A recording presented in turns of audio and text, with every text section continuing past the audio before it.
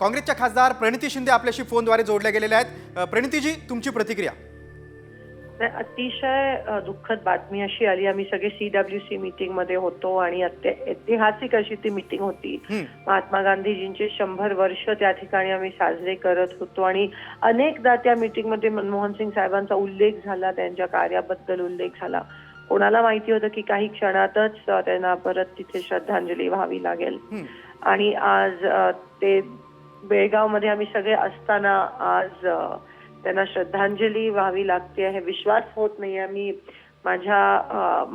त्यांच्या मनमोहन सिंग साहेबांच्या कॅबिनेटमध्ये अनेकदा माझ्या वडिलांनी शपथविधी घेतली आहे, खूप जवळून मी त्यांना बघितलंय आणि एक कुटुंबाचा सदस्य, काँग्रेस कुटुंबाचाच नाही पण देशाचं एवढं दिग्गज परत न होणारं असं हे नेतृत्व आज आपल्यातून निघून गेलंय। भारताला आर्थिक दृष्ट्या पूर्ण जगात मंदी असताना पण सक्षम ठेवणारं ते थिंकर होते आणि आज त्यांना आपल्याला श्रद्धांजली व्हावी लागते।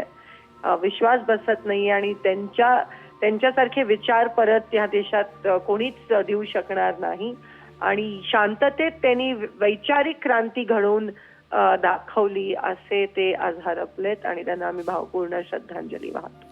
प्रणितीजी, तुम्ही तुमच्या भावना व्यक्त केल्या त्याबद्दल धन्यवाद।